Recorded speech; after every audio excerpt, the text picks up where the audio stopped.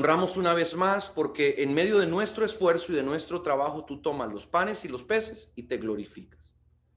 Toma control del inicio, del arranque, Señor, de este curso, porque sabemos que va a cambiar la vida de muchas personas. Va a ayudar a sumar, Señor, al establecimiento de un verdadero ejército en las naciones que va a batallar por la entronización de tu nombre en nuestras naciones. Queremos verte, Espíritu Santo. Queremos conocerte y entenderte. Queremos que tú, Señor, seas el centro de este tiempo. En el nombre del Dios maravilloso, Cristo Jesús. Amén y amén.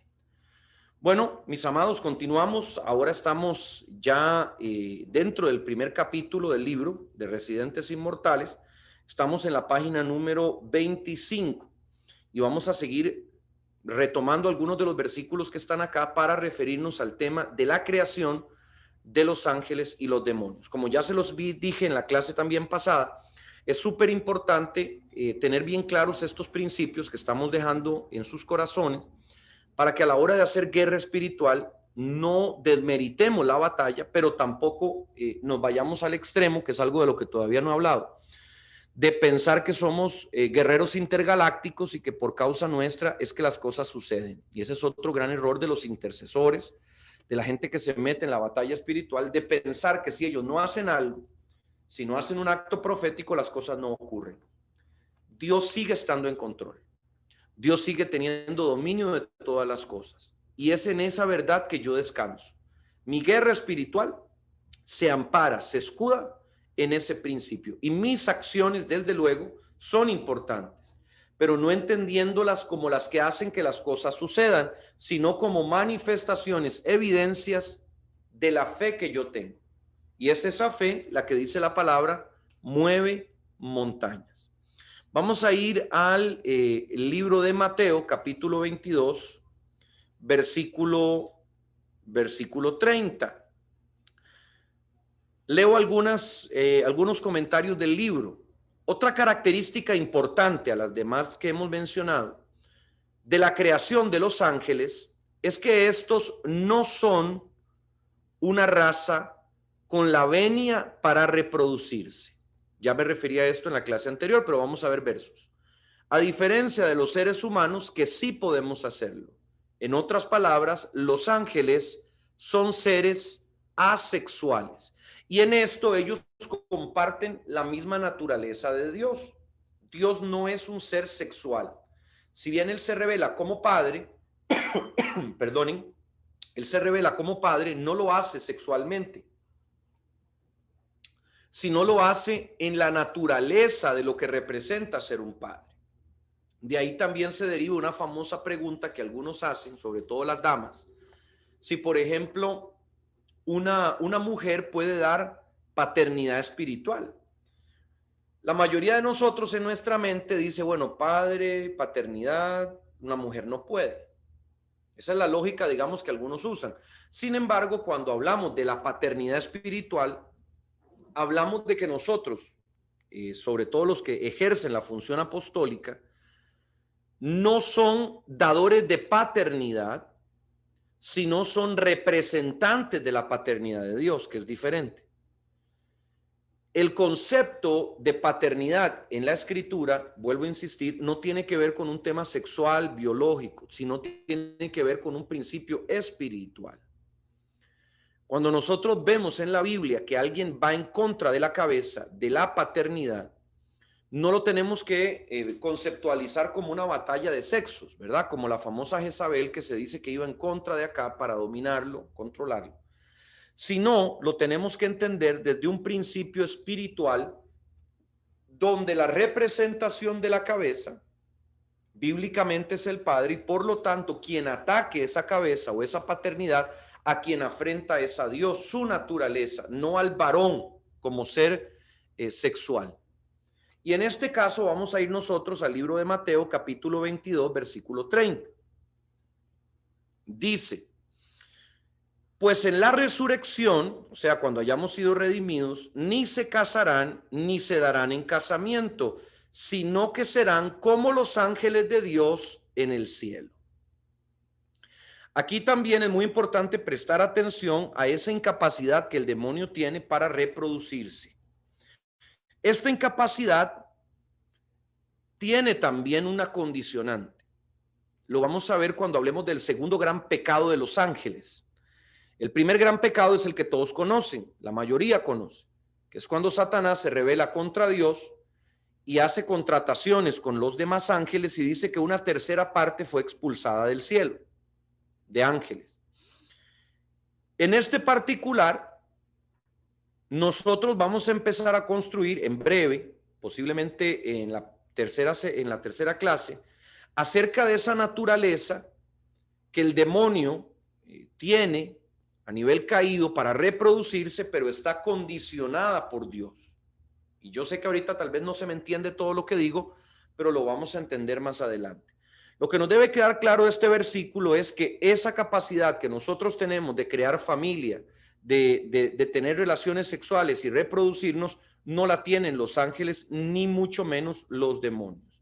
Y aún aquellos que intenten tenerla para asemejarse a nuestra naturaleza, esas relaciones que llaman incubus y subcubus, algunas personas, que tienen que ver con la sexualidad, ser humano, demonio o espíritu, del cual nos vamos a referir, tienen también un castigo de Dios, tienen una reprensión de Dios. Entonces no es solamente que yo diga, el demonio no tiene con qué reproducirse, no, es que aún intentando reproducirse, va a tener un castigo de parte del Señor.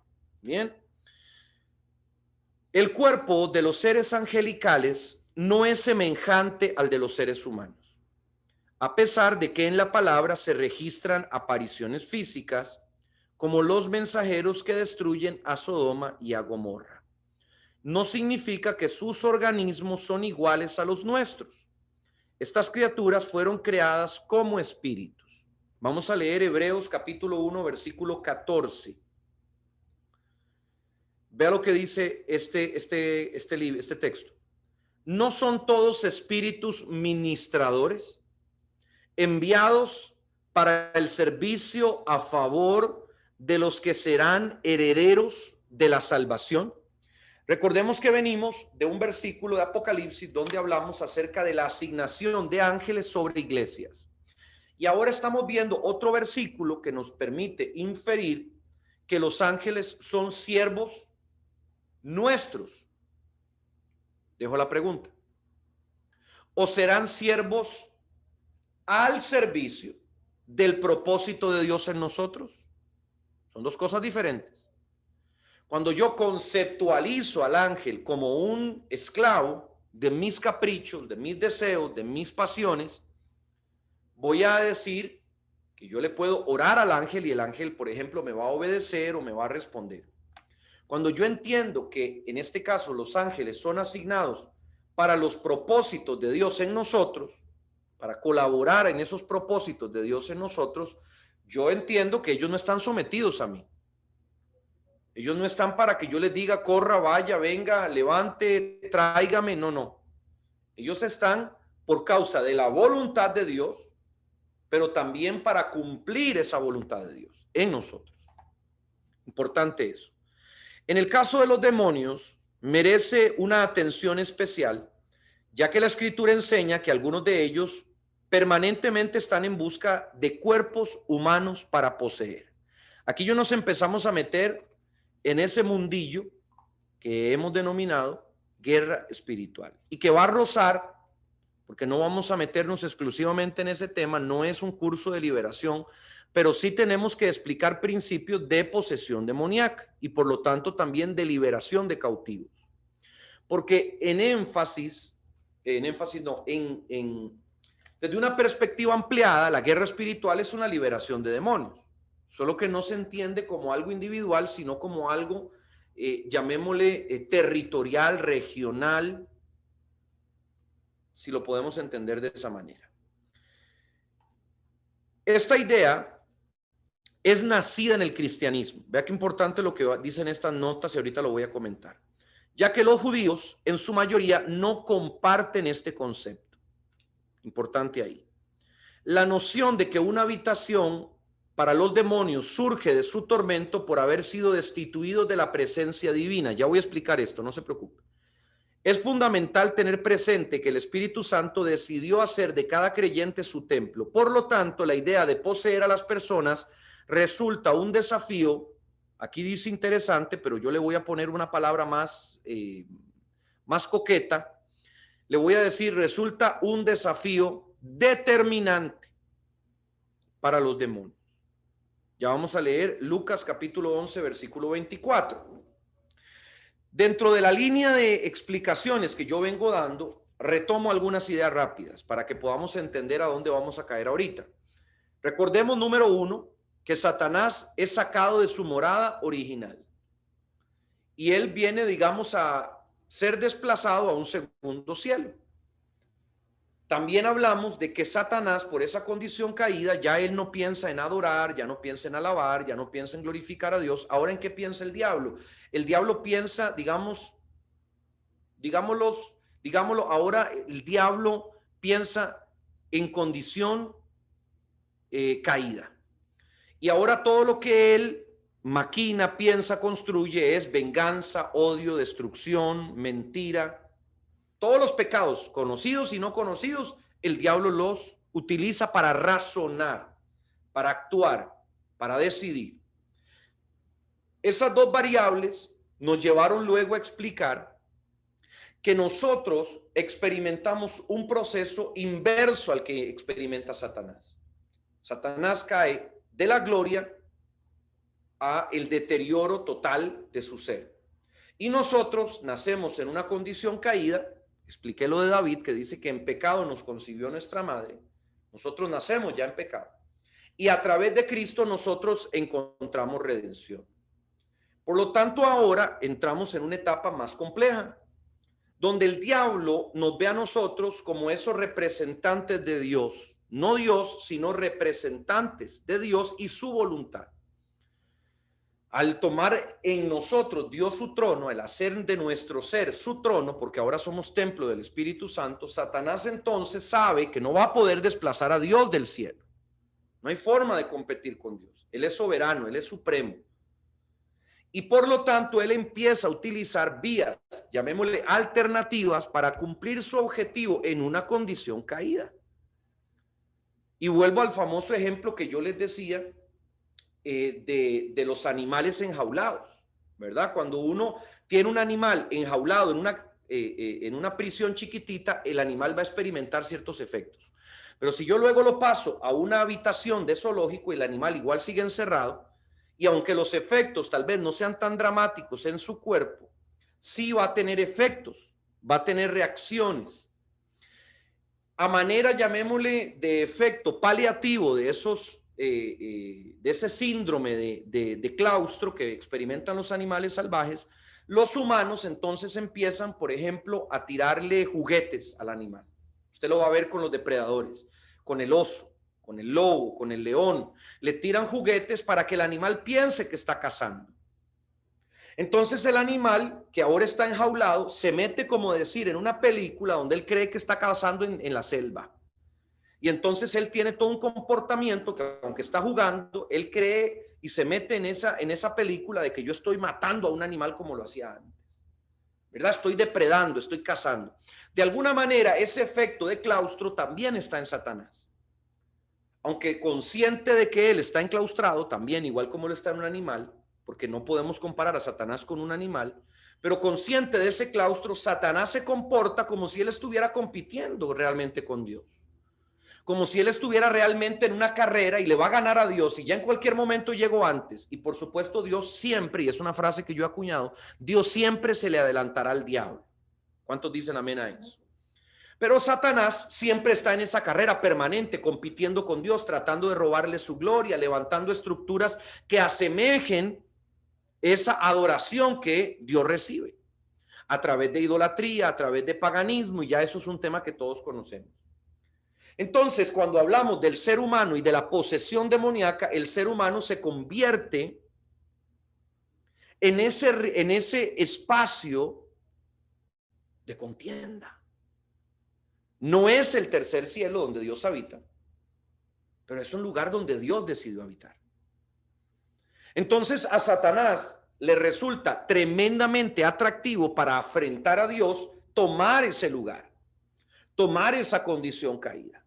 Y luego esa condición caída, llamémosle de posesión demoníaca, ha venido a ser sobredimensionada por Satanás, donde él no se sacia en controlar personas, sino que él ha desarrollado estructuras diabólicas de control de ciudades y de naciones, a través de la cual él no solamente domina individuos, sino que trata de influenciar la vida espiritual de naciones. ¿Esto con qué propósito, con qué intención? Bueno, que evidentemente Satanás, a diferencia de Dios, no es todopoderoso. Entonces él va a necesitar esos, llamémosle ayos o esas muletas, ¿verdad? Llamadas idolatría, llamadas sacrificios, etcétera, etcétera, a dioses falsos, para poder crear esta estructura de control espiritual delegada por los mismos seres humanos. Tal vez ahorita esto suena complejo, pero yo sé que usted lo va a ir entendiendo y asimilando conforme avanza. O sea, me estoy anticipando un poco a lo que va a ser hablar de guerra espiritual cuando digo, ok, la posesión demoníaca es un primer paso que el diablo utiliza. Pero el diablo también sabe que su fin o su meta no es solamente poseer a una persona, sino es incidir de manera significativa en la vida de las naciones y por lo tanto de las generaciones para llevarlos a la muerte. Voy a poner un ejemplo muy cotidiano y muy tal vez muy tristemente normal para la mayoría de ustedes. Si yo recuerdo mi infancia, y posiblemente si ustedes se echan atrás en su infancia, ustedes no recordarán que se diera un fenómeno como el que hoy estamos viviendo con relación, por ejemplo, al tema del lesbianismo y la homosexualidad. Eran prácticas que eran mal vistas en la mayoría de familias, en la mayoría de religiones y en la mayoría de sociedades occidentales. Desde mi infancia, estamos hablando de, no sé, digamos 30, 35 años, se ha venido dando una serie de sucesos, de acontecimientos que para mí son de índole espiritual, pero tienen que ver con la política, tienen que ver con las universidades, tienen que ver con temas de índole social, económico, en fin. Se han venido dando una serie de cambios que hoy tienen a las puertas a la generación joven, viendo la homosexualidad en muchos casos como algo positivo, viendo al lesbianismo en muchos casos como algo bueno. Si usted piensa en esa estructura que el diablo edificó a través de organismos internacionales, a través de medios de comunicación, a través de las religiones también que han ido abriéndose a este tipo de cosas, usted se da cuenta que el diablo, para lograr hoy sensibilizar a los jóvenes hacia la homosexualidad o el lesbianismo, tuvo que construir toda una estructura que tiene años edificando y que hoy con mucha facilidad confunde a los jóvenes. Hoy tenemos iglesias, mis hermanos, que no tienen problema en casar homosexuales. Entonces, poniendo, digamos, este ejemplo, yo lo que le logro transmitir es la idea de que el diablo comprende, y nosotros también lo tenemos que entender, que es mucho más efectivo endemoniar a una sociedad que endemoniar a una persona. Espero que me entienda lo que estoy diciendo. Es mucho más efectivo para sus fines endemoniar a una cultura que estar endemoniando individuos. Y no es que el diablo deja de endemoniar personas, lo sigue haciendo, es parte, digamos, de su repertorio, pero es más efectivo, vuelvo a repetir por tercera o cuarta vez, incidir espiritualmente sobre sociedades, culturas, imperios, que tener que estar haciéndolo de manera personal, porque entonces toda una sociedad, no una persona, una sociedad completa va a llamar a lo malo bueno y a lo bueno malo. Y aún creyendo que no tiene ningún problema sus prácticas, van a estar afrentando a Dios. Y yo les aseguro que todo esto que estamos viviendo, esta presión con este tema puntualmente de la sexualidad, mañana va a ser aún más dramático. Y yo lo he dicho y lo he anunciado y lo he denunciado públicamente. Este tema de la homosexualidad y el lesbianismo no se va a quedar acá. Mañana no va a ser esta la discusión. Ya esto casi está normalizado entre los jóvenes. aún entre jóvenes cristianos. No digo que lo practiquen, pero no lo ven tan malo como lo veíamos antes en mis generaciones. Mañana esta no va a ser la discusión. Mañana la discusión va a ser la pedofilia, el incesto, la pederastria, la necrofilia, la zoofilia. Esas van a ser las cuestiones que se van a discutir, como tal vez se vivía y se practicaba en las épocas ancestrales en Canaán y en los pueblos paganos, amorreos, jebuseos y todos estos que Israel echó de la tierra. Entonces, el diablo va construyendo estructuras que nosotros no vemos, no podemos tocar, pero que evidentemente sí inciden sobre una sociedad. Y es ahí donde nosotros tenemos que conceptualizar la guerra espiritual, no solo como la del individuo, sino también, vuelvo a repetir, la de sociedades y culturas. Vea cómo nos pusimos tremendos con este tema. Pero bueno, retomo el versículo que iba a leer. Me parece que yo iba a leer Lucas capítulo 11, versículo 24. Cuando el espíritu impuro sale del hombre, anda por lugares secos buscando reposo. Pero al no hallarlo, dice, volveré a mi casa de donde salí. Este principio que tiene que ver con la morada que el diablo busca y que tiene que ver con afrentar a Dios en su propósito en nosotros, también es aplicable cuando lo sobredimensionamos. ¿Qué quiere decir esto? Que es un principio que si hablamos de una persona endemoniada, aplica, pero si luego hablamos de sociedades endemoniadas, también aplica. Son esos ciclos que el diablo establece de visitación demoníaca, donde de manera recurrente las naciones, las familias, las personas son reconsagradas para los propósitos demoníacos. Esto tal vez es más parte de una clase más avanzada de guerra espiritual, pero bueno, igual lo voy a comentar y espero que usted lo guarde en su corazón para retomarlo luego. Pongo un ejemplo que para mí es clarísimo. México. Si usted revisa la historia de México y echa para atrás, hace 200 años y un poco más, se dio la guerra de independencia. 100 años después, México vive lo que se conoce como la Revolución Mexicana. Y 100 años después, hace unos añitos atrás, con el gobierno de Felipe Calderón, se destapa lo que se conoce como la guerra contra el narcotráfico. Son 3 ciclos de 100 años donde usted ve cómo el diablo vuelve a repetir la historia a través del derramamiento de sangre. Las guerras tienen otros nombres, las personas que participan son otras evidentemente, pero la forma en la que el diablo trabaja para volver a incidir sobre una nación es a través de ciclos. El diablo en este caso no es echado, pero renueva votos, por decirlo así, renueva pactos cada 100 años. Vayámonos a otro ejemplo, Argentina. Usted revisa Argentina, cada 10 años Argentina es sacudida por una crisis económica. Revise. Cada 10 años la economía argentina se viene al suelo. Desde hace, no sé, 30, 40 años atrás, 50 años tal vez. Paraguay tuvo la famosa guerra de la Triple Alianza, donde todos los varones fueron devastados, donde quedaron solo mujeres prácticamente. Y muchos años después vemos a Paraguay sumido en una situación de pobreza, de miseria, de la cual no puede salir, y donde los hombres tienen que salir de Paraguay, ya no por una guerra muertos, sino a trabajar para conseguir el sustento de sus familias. Vuelven a quedar los hogares sin varones. Y a ver, mis amados, Centroamérica. Usted vaya y repase la vida de Centroamérica. Nosotros hace, no sé, década de los 70s, veíamos en toda Centroamérica un problema que tenía que ver con violencia por causa de las guerrillas comunistas.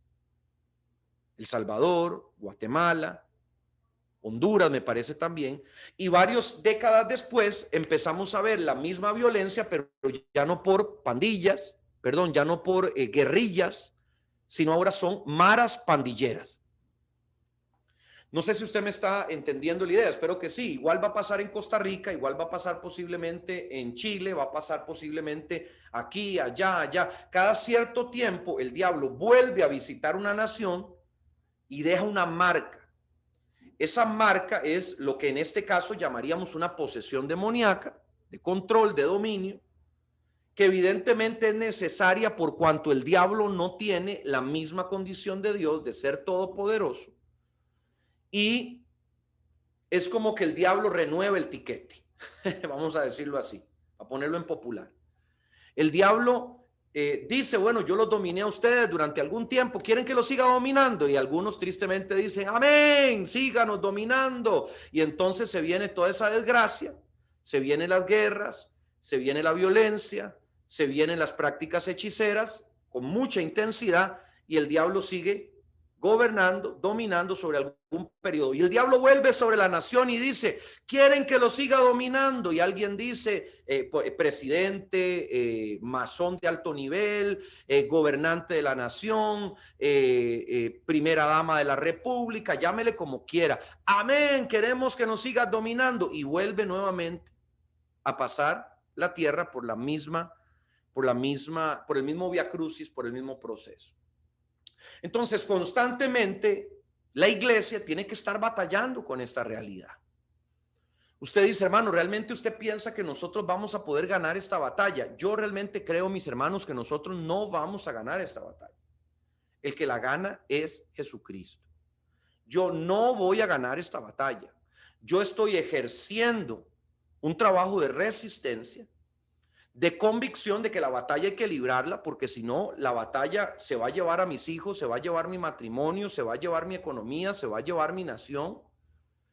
Entonces yo entiendo la guerra espiritual no como algo que yo gano, porque yo no lo puedo ganar. Yo lo concibo como vamos a decir, como el mantener la puerta abierta para que el nombre del Señor siga siendo proclamado y que muchos otros alcancen salvación. Esa batalla la libramos para que la puerta no se cierre por completo, para que la boca de ese lobo, de ese león, no se cierre con la gente adentro. Entonces yo estoy, por decirlo así, en una batalla espiritual resistiendo las fauces de la fiera para que no se coma, para que no destruya por completo, aunque yo sé que quizás en su estructura, en su fuerza y en su poder sigue avanzando. Cuando vemos la agenda de la cual yo le hablaba, de este tema de homosexualidad y todo el asunto, yo digo, Dios mío, esto nos supera a nosotros por mucho. Pero eso significa entonces que yo tengo que decir, como algunos creyentes acostumbran, ya, mi hermano, esto fue profetizado, no hay nada que hacer, no se complique, déjenlos que hagan lo que quieran. No, no, no, no, no, no, no, no.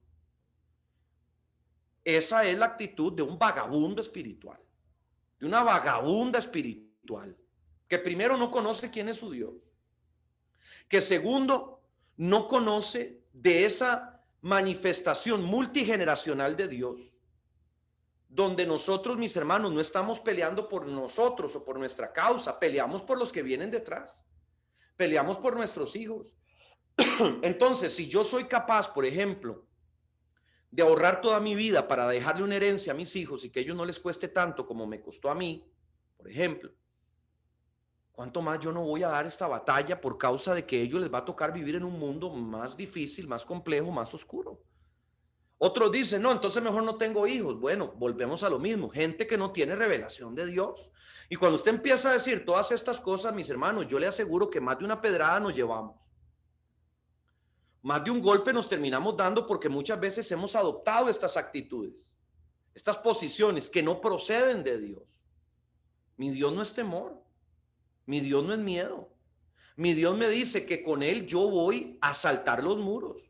Mi Dios me dice que con Él yo voy a pasar por el río y no me voy a ahogar. Mi Dios me dice que más son los que están a mi favor que los que están en mi contra. Entonces, caramba, yo digo, ok, vamos a la batalla, vamos a la guerra. Es una actitud militante. Yo digo que la guerra espiritual, mis hermanos, no es una doctrina, es una actitud cristiana.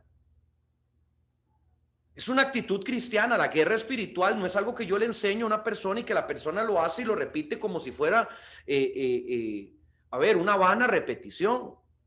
La persona tiene que adoptar una actitud guerrera, una actitud desafiante frente a su enemigo. ¿Me quieres quitar a mi hijo? No te lo voy a permitir.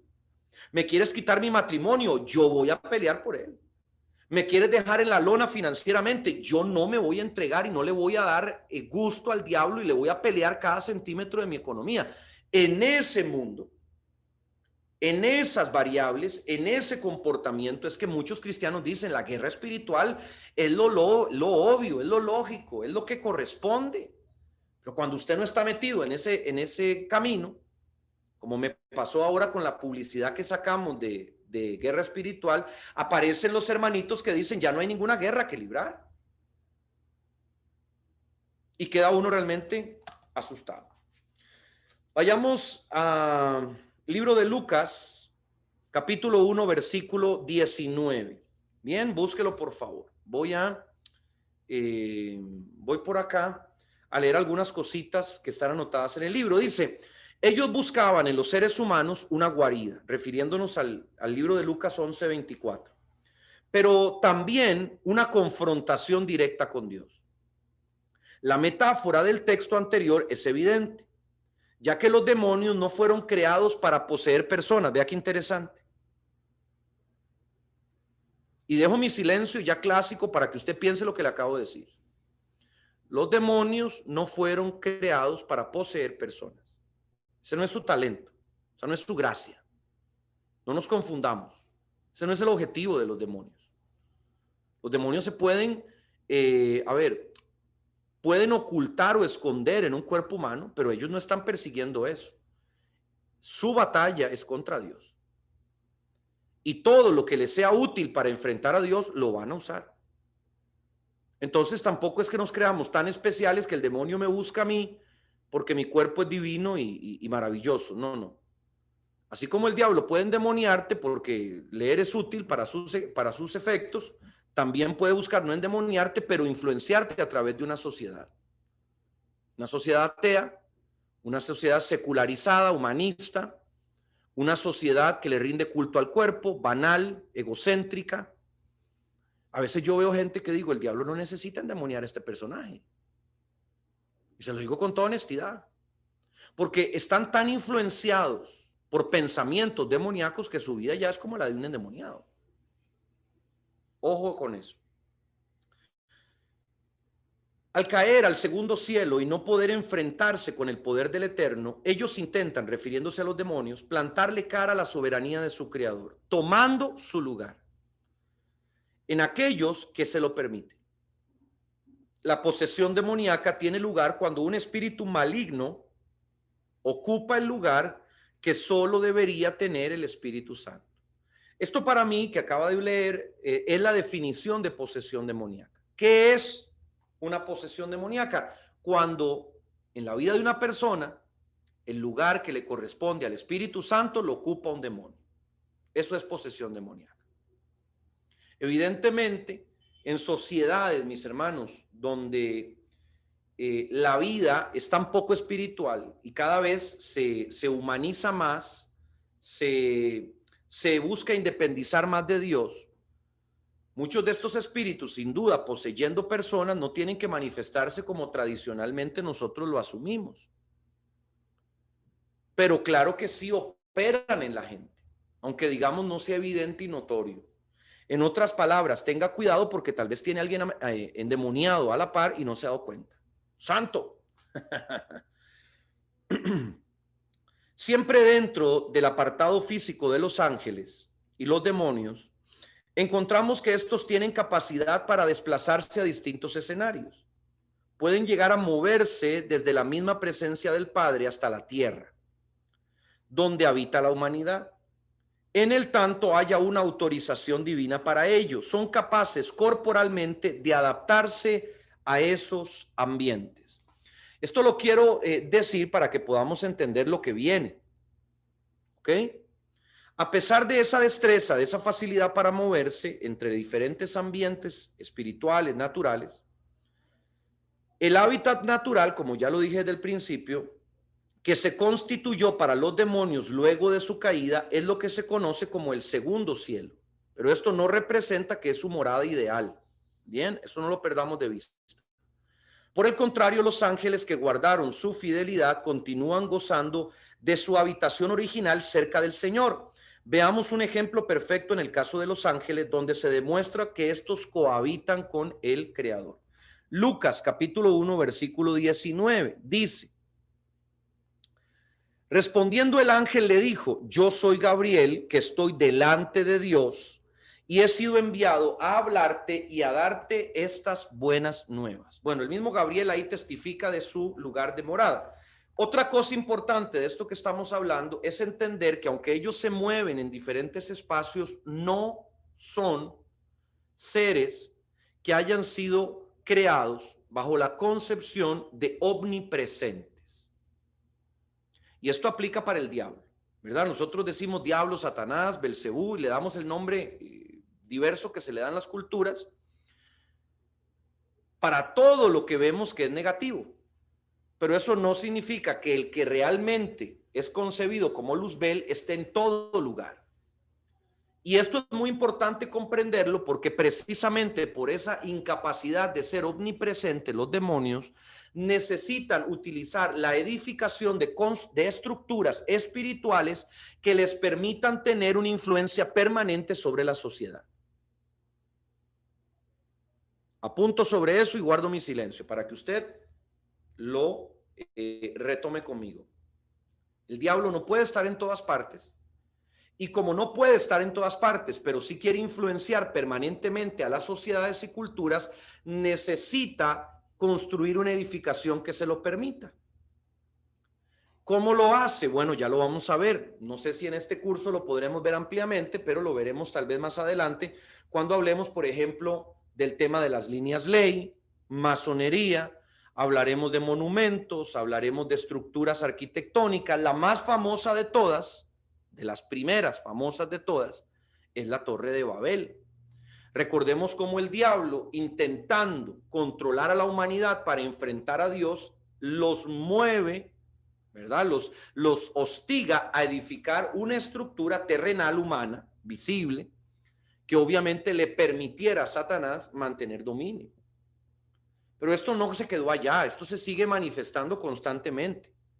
Yo le motivo a que usted ahora cuando salga de su casa se vaya al parque de su ciudad y vea qué estructuras hay como las que le estoy diciendo. Obeliscos, bustos de alguna persona famosa, consagraciones, algún tipo de personaje en particular. Yo recuerdo, por ejemplo, cuando fuimos a Haití en algún viaje de oración, en la plaza central de Haití hay un monumento a un cerdo negro. Ese cerdo negro es el cerdo, o sea, el símbolo, al cual los negros esclavos que se liberan del imperio francés en Haití consagran la nación en un inicio. Ojo, desde el comienzo de Haití fue pactada a través de un sacrificio de un cerdo negro a los espíritus africanos que se tienen. Usted cuando va a Haití, usted dice, caray, esta gente está mal. O sea, a nivel económico, a nivel social, ellos viven en una condición muy, muy limitada. Algunos dirán, bueno, pero es que hay muchas explicaciones. Sí, yo sé que hay muchas, pero una de ellas es espiritual. A mí no me cabe duda. Aún, por ejemplo, cuando nosotros vamos al límite, al famoso límite que le llaman el muro de Trump, que divide México de Estados Unidos, usted se pregunta, caray, ¿por qué es tan diferente la vida en América Latina de Estados Unidos? ¿Por qué? ¿Por qué se hace una diferencia tan dramática? Usted me va a dar muchas explicaciones. Pero una explicación fundamental, porque antes de que existiera el muro, la diferencia era palpable, era visible. No fue por el muro que se hizo la diferencia. Cuando usted va a estos lugares, usted se pregunta, hay muchas explicaciones, claro, pero una de ellas es espiritual. Y así usted siga yendo y yendo y yendo y yendo y yendo a muchas partes y encontrará que hay toda clase de explicaciones socioeconómicas, políticas, culturales, religiosas, pero una y fundamental es espiritual. Y nosotros en esto tenemos que siempre estar muy atentos, muy claros a que esto puede llegar a suceder. Vamos a volver a lo que estábamos hablando sobre este tema de los ángeles. Y vamos a ir a el libro de Job, capítulo 1, versículo 6. Le leo un poquito más sobre el libro. La situación de los demonios es distinta a la que acabamos de leer con relación a Gabriel. Empezando por el mismo Satanás, quien no tiene reposo, no tiene un sitio de reposo absoluto o específico. Su deseo, como ya lo hemos hablado, es hacer el mal y mentir. y buscar la forma de adversar a Dios. Un poquito más adelante. Luzbel, en sus limitaciones, busca dentro de la tierra espacios que le permitan descansar temporalmente de su tormento. Ese sosiego al que me refiero no es físico. Satanás no necesita dormir. Belcebú lo que requiere es un ámbito donde su necesidad de adoración sea apaciguada. Entonces es importante que usted lo anote. Frente a la enorme derrota que sufrió delante del Padre Celestial, intenta construirse un trono, ¿verdad? Entonces, volvemos nuevamente a la importante diferenciación que necesitamos hacer entre nuestra naturaleza humana y la demoníaca. Acabo de decir, el diablo no necesita sentarse en una camita para descansar y sentirse bien. El diablo necesita que, así como él fue desplazado del trono, del trono de Dios, por causa de que él buscaba ser adorado, ahora en esa búsqueda de paz, él encuentre quienes le adoren. Entonces, la forma en la que Satanás encuentra, vamos a decir, plenitud, si esa palabra existe, aunque no va a encontrarla, donde encuentra sosiego, va a ser recibiendo esa adoración original por la cual él fue sacado de la presencia de Dios. Agrego algo acá fundamental. El diablo se cree merecedor de adoración, que es peor. No crea que el diablo, cuando se levantan esas pirámides y esas grandes estructuras, el diablo dice, ay, qué torpe que soy. No, el diablo se adula. El diablo se venera a sí mismo. El diablo le gusta lo que él hace. Y él se satisface en el daño. Él se satisface en lo malo. Él se place en hacer que la gente se pierda. Entonces, cuando él ve lo que ha construido, no crea que el diablo se ve en menos. No. El diablo dice, qué gran trabajo estoy haciendo. Cuando uno analiza estas estructuras que han logrado edificar a través de las organizaciones internacionales para obligar a que se apruebe el aborto, que se apruebe este tema del matrimonio homosexual, la adopción homoparental y todas las cositas que nos van a meter por la vía internacional, el diablo dice, qué buen trabajo que hago. Entonces, evidentemente, él está buscando ser reconocido por ese trabajo. Y usted se va a sorprender, mi hermano, mi hermana, cómo aún en estas altas esferas de dominio y de gobierno, la gente es más espiritual que ninguna otra. Más espiritual que ninguna otra. Nosotros vivimos como países jóvenes, me refiero a América Latina, con 200 y resto de años de independencia, algunos, vivimos un fenómeno característico que se repitió en todas las naciones.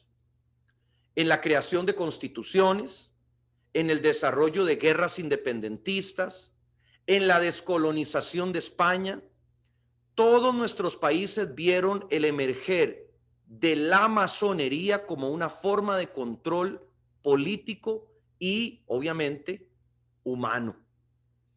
Donde los grandes presidentes, los grandes revolucionarios, los grandes libertadores, en su gran mayoría eran masones. Y algunos, si usted le lee sus discursos, dirá, mira qué tipo tan inteligente, mira qué tipo tan docto, tan conocedor, pero usted también por otra parte revisa y se da cuenta que era gente profundamente espiritual. Tal vez no lo reconocía abiertamente y se ocultaban detrás de una careta humanista, pero que al practicar la masonería consagraban sus naciones. Consagraban su ejercicio del poder y se la entregaban desde luego no a Dios, sino a Satanás. Y usted va a ver ese fenómeno repetirse. Yo lo motivo a que usted revise quiénes son los primeros constituyentes de su país. Y usted les estudie su vida. Y se da cuenta que en altísimo porcentaje así fue. Hoy la masonería ya no tiene la misma influencia, eso hay que reconocerlo. Ya no tiene la masonería la misma influencia que tenía antes. Eso no me cabe duda. Sin embargo, ya el daño está hecho, digámoslo así.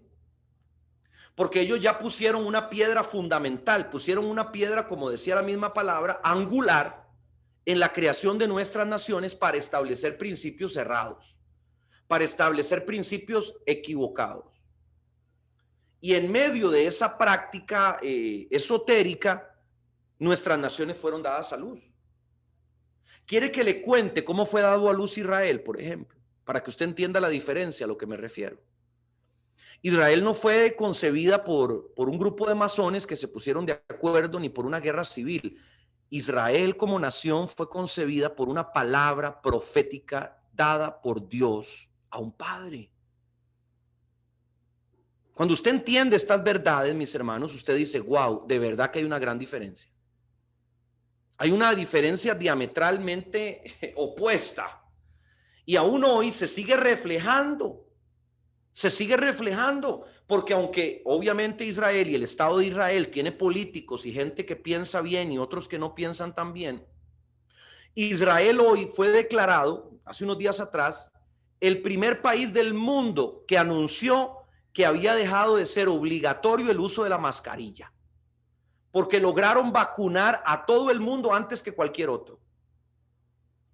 Usted dirá, sí, pero es un tema médico, es un tema biológico, es un tema científico. No, mis hermanos, toda verdad es paralela. Sí, es cierto, ahí estuvieron involucrados los científicos y mucha gente que metió dinero para que toda la población israelí fuera vacunada, pero espiritualmente hay un mensaje claro de Dios, donde Él está guardando a un pueblo que, aunque muchos no confiesen a Dios como su Señor, Él sigue haciendo memoria de un pacto. Él sigue haciendo memoria de un pacto y usted lo va a seguir viendo en Israel una y otra vez y cada vez se va a volver más dramático. Pero no me voy a meter ahí tanto en esa parte porque es salirnos un poco. Ya habrá un curso para hablar sobre Israel y las profecías de Israel y todo el tema. Lo que quiero reflejarle, lo que quiero mostrarle es cómo Dios dentro de su soberanía tiene control y el diablo trata de oponerse a esa verdad generando estructuras de dominio que son establecidas por los seres humanos. Ojo, el diablo no tiene poder. Yo no es que creo que el obelisco tiene poder o el monumento tiene poder, no. Es los seres humanos confiriéndole poder a Satanás a través de esas estructuras. Y mientras el diablo siga edificando, siga recibiendo esa veneración, ese reconocimiento a través de la humanidad, va a seguir teniendo poder. Alguna vez yo tuve una experiencia muy cerca de donde yo vivo, no le voy a decir exactamente dónde para evitar susceptibilidades, pero yo era un muchacho, era un jovencillo. Yo me recuerdo que en una de las esquinas de ese barrio habían colocado como un pedestal y habían colocado un ídolo encima de ese pedestal. Y yo en aquellos días de arrebato, ¿verdad? En aquellos días de juventud, en un enojo santo, digo yo, le di una tremenda patada a ese ídolo y lo tumbé, lo tiré al suelo. Era de noche y gracias a Dios nadie me vio. Pasaron unos días y volvieron a colocar el ídolo ahí. Y yo me encanfiné, me enojé de nuevo y volví a darle una patada un día que pude y lo tiré. Cuando seguramente se dieron cuenta que alguien estaba haciendo vandalismo, pues entonces decidieron hacerle todo un nicho al bicho ese, ¿verdad? ¿Sabe lo que es un nicho? Como una estructura, como una capillita, digamos, como un techito, con su tremenda reja, ¿verdad? Y le hicieron todo un monumentito. Y yo dije, ah, no, caramba, ya para botarme eso tengo que traerme un martillo. Y no me traje el martillo, no se preocupe. Lo que le quiero decir es que el Espíritu Santo en algún momento me hizo reflexionar y me dijo, lo que estás haciendo es estéril. Porque esa piedra no tiene poder.